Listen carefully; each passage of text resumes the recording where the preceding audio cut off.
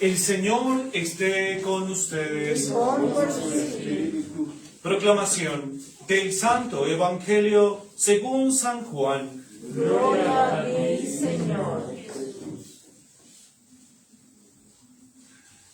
Se acercaba la fiesta de la Pascua y Jesús sabía que le había llegado la hora de pasar de este mundo al Padre.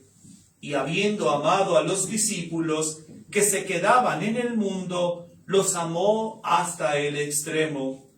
Mientras cenaban, cuando ya Judas, el hijo de Simón Iscariote, inducido por el diablo, había decidido en su corazón traicionarlo, y sabiendo Jesús que el Padre le había dado poder sobre todas las cosas, y que habiendo venido de Dios, a Dios volvía, se levantó de la mesa, se quitó el manto y se puso una toalla alrededor de la cintura.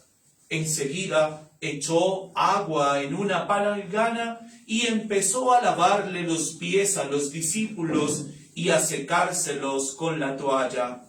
Cuando llegó a Simón Pedro, éste le dijo: Señor, ¿vas tú a lavarme a mí los pies?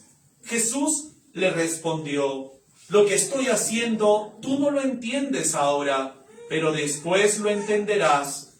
Pedro le contestó: no me lavarás los pies jamás.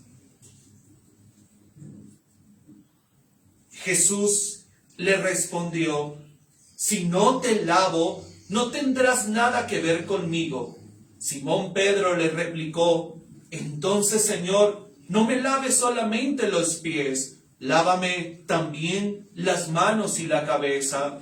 Jesús le dijo: el que se ha bañado no tiene necesidad de lavarse sino los pies, ya está todo limpio. Y ustedes ya están limpios, aunque no todos. Él sabía quién era el que lo iba a traicionar. Por eso dijo que no todos estaban limpios. Cuando terminó de lavarle los pies, se puso otra vez el manto y lo volvió a la mesa. Entonces les dijo: ¿entienden lo que he hecho con ustedes? Ustedes me llaman maestro y señor, y con razón, pues lo soy.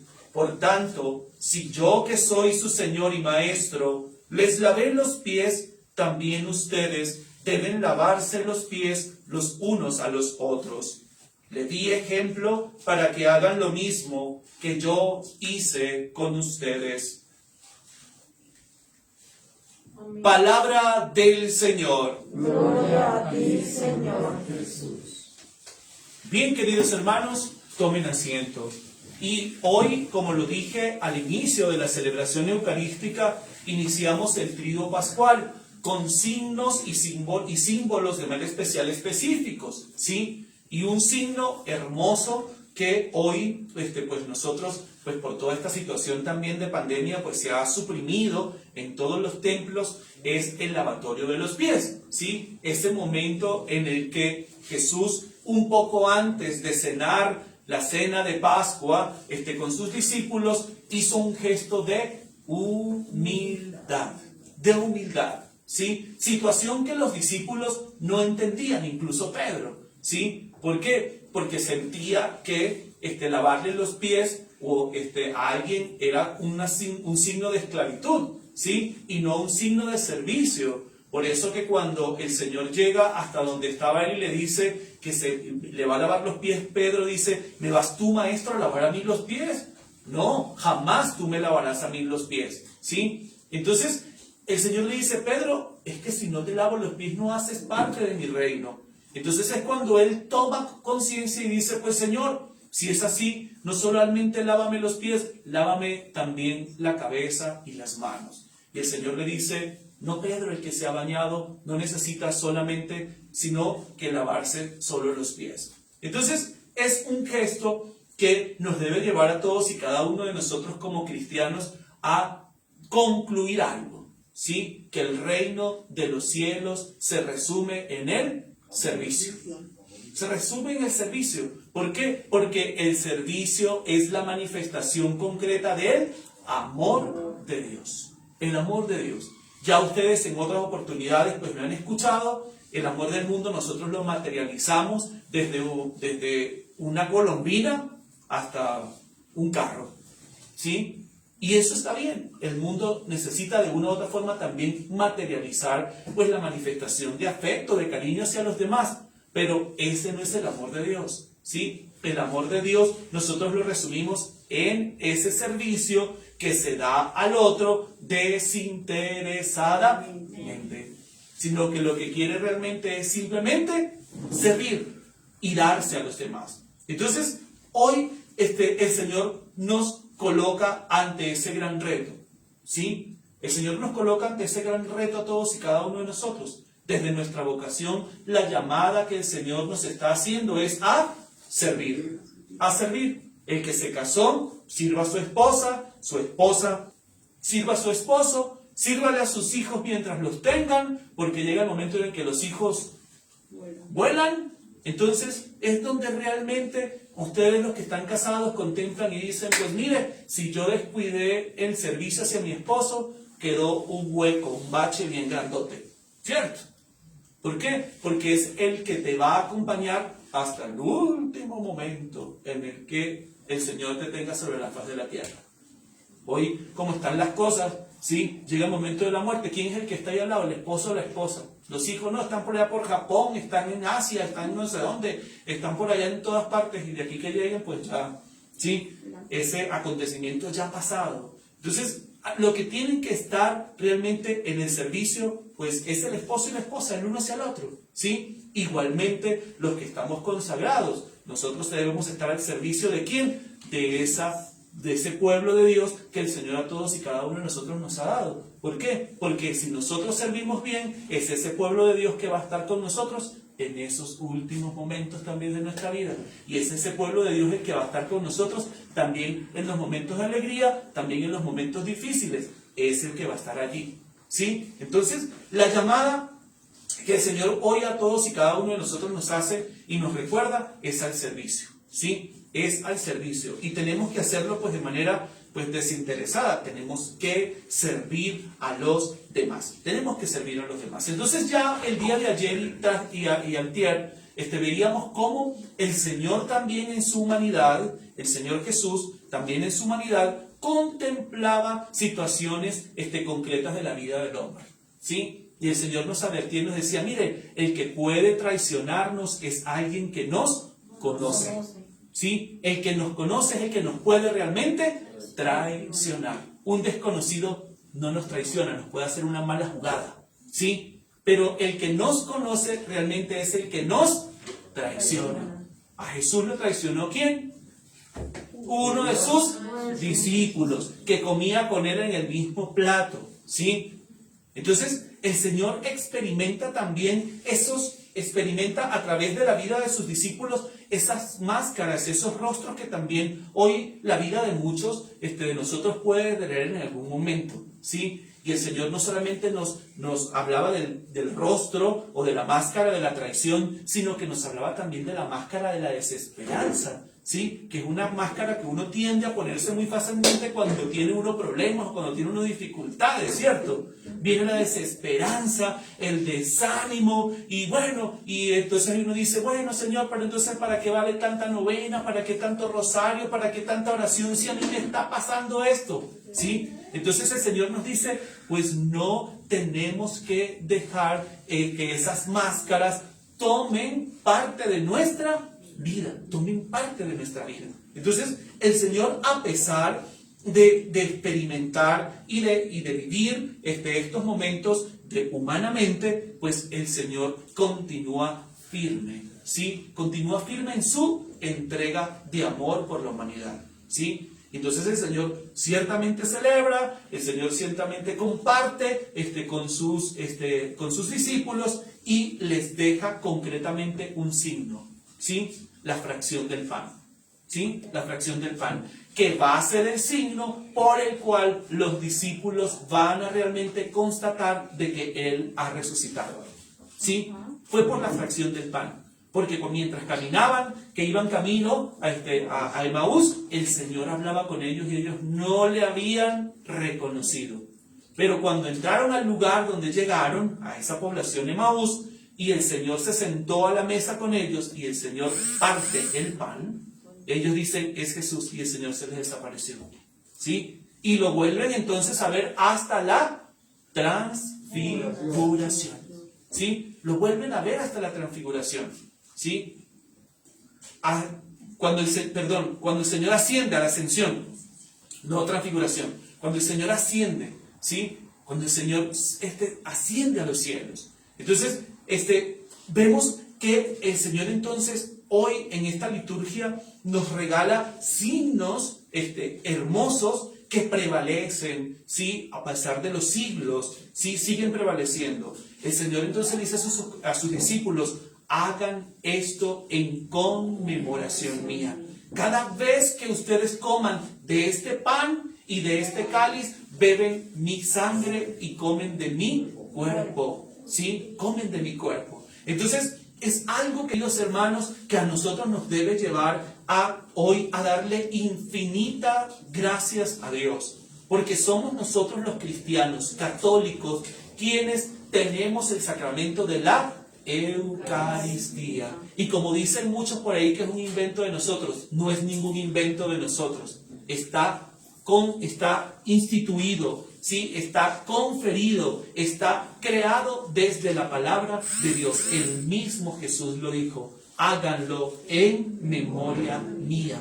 Háganlo en memoria mía. Y nos los dice que cada vez que nosotros comamos y cada vez que nosotros bebamos de ese cuerpo, estamos vivenciando y experimentando lo que nos espera saborear. ¿Sí? Estamos nosotros prefigurando ¿qué? La vida eterna. En el momento en el que nosotros realmente comemos de ese cuerpo y de esa sangre. ¿Sí? Entonces Jesús sigue haciéndose presente en cada Eucaristía. Jesús sigue haciéndose presente en cada Eucaristía. Él sigue estando vivo, triunfante, glorioso. ¿Sí? En cada Eucaristía. ¿Sí? No es un pedazo de pan, no es un poco de vino, es la sangre y es su cuerpo, ¿sí? Lo que nosotros recibimos. Entonces, debemos agradecer a Dios. ¿Por qué? Porque el Señor ha instituido este sacramento, ¿sí? Este sacramento que nos alimenta y que nos fortalece. Entonces, Jesús, como sumo sacerdote, pues entonces encomienda, ¿sí? Sumo y eterno sacerdote, encomienda a sus discípulos que hagan eso en memoria de él, ¿sí? Entonces el Señor instituye el ministerio también sacerdotal. Instituye el ministerio sacerdotal y lo hizo ¿con qué? Con sus discípulos. Lo hizo con sus discípulos. Entonces cada uno de ellos se transformó entonces en esos multiplicadores de esa gracia multiforme de Dios, ¿sí? A través de la celebración eucarística. Entonces, bueno, queridos hermanos, pues hoy la iglesia de una u otra forma, pues a través de estos signos concretos, como vimos nosotros, hoy escuchamos el Gloria, se tocó la campana, que a partir de este momento se silencia, ¿sí? No podemos escuchar Gloria, no va a haber campana, no hay algarabía, sino que entramos en un tiempo de recogimiento. ¿Sí? En un tiempo de recogimiento que nos va a llevar entonces para que nosotros el día de mañana podamos celebrar esa pasión de nuestro Señor Jesucristo. Es decir, que nosotros a través de la contemplación de cada una de esas estaciones que van a llevar a Jesús a entregarlo todo en el monte, en el Calvario, nosotros también podamos de una u otra forma reconocer que el camino que nos propone el Señor no es fácil. Es un camino difícil, un camino que tiene caídas, que tiene tropiezos, que tiene señalamiento, que tiene juicio, ¿sí? Pero que el Señor nos invita a que nosotros tenemos que mantenernos allí, como Él se mantuvo, firme, fuerte, ¿sí? Confiado en que tenía que darlo absolutamente todo. Tenía que darlo absolutamente todo. Entonces, ese paso, es decir, esa pasión del Señor va a darnos a nosotros entonces el paso a la vida, ¿sí? A la vida. Celebrar entonces el sábado esa vigilia pascual donde nuevamente la iglesia se viste de alegría y canta gloria, se tocan las campanas y que nos manifiestan a todos y cada uno de nosotros que la muerte no puede con nosotros. Sí, que la muerte es un paso en el que nuestra vida es transformada, total y plenamente. Entonces, bueno, queridos hermanos, pues continuemos, ¿sí? Disfrutando, viviendo, celebrando estos días, ¿sí? Ojalá pues en familia, ojalá en recogimiento, ojalá en disposición siempre de reconocer a Jesús, vivo, triunfante y glorioso en medio de nosotros. Bueno, nos ponemos en pie para hacer realmente nuestra oración de los fieles. Oremos a Dios Padre, que en Jesucristo, su Hijo, nos ha amado hasta el extremo. Y digamos todos juntos, Padre Santo, escúchanos. Padre Santo, escúchanos.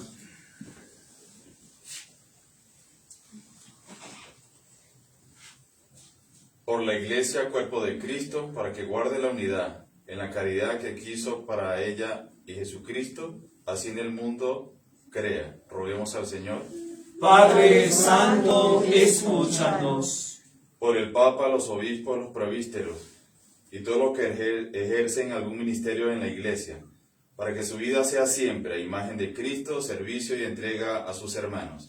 Roguemos. Padre Santo, escúchanos. Por los ministros extraordinarios de la Eucaristía, para que su cercanía y servicio al verdadero pan de vida les ayude a todos los instantes de su vida. Padre Santo, escúchanos.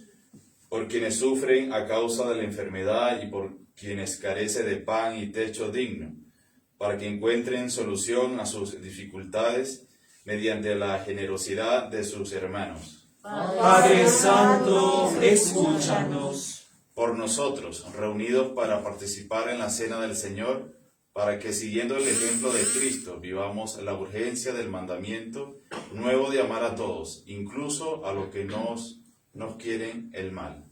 Padre Santo, escúchanos. Pidamos, queridos hermanos, por todos y cada uno de nosotros, reunidos en esta celebración eucarística, por nuestras necesidades, por nuestras aflicciones, por nuestros dolores, por nuestras preocupaciones. Dejemos al Señor ser Dios en nuestra vida y reconozcamos a todas nuestras debilidades, nuestras pequeñeces. Allí radica la grandeza de nosotros los seres humanos. Cuando el hombre realmente se reconoce pecador, necesitado, es cuando realmente el hombre es grande ante Dios. Para que el Señor pues nos fortalezca y nos ayude, roguemos al Señor. Padre Santo, escúchanos. Pidamos de manera especial por el eterno descanso de nuestros familiares, de nuestros amigos, de nuestros seres queridos. Por nuestros padres, por nuestros papás, por nuestros abuelos.